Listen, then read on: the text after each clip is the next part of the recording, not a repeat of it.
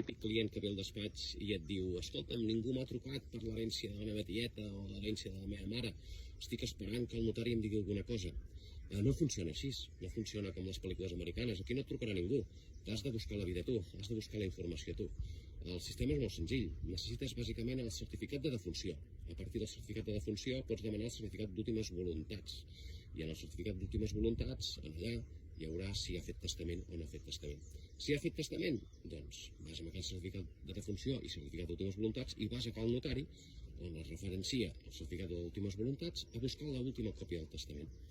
I després li demanes al notari que prepari l'acceptació d'herència o vas a un advocat especialista, que és un que et recomano, perquè et gestioni tota l'herència.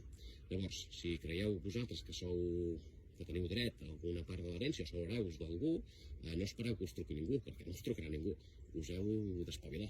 Llavors, primer de tot, certificat de defunció. Segon, certificat d'últimes voluntats.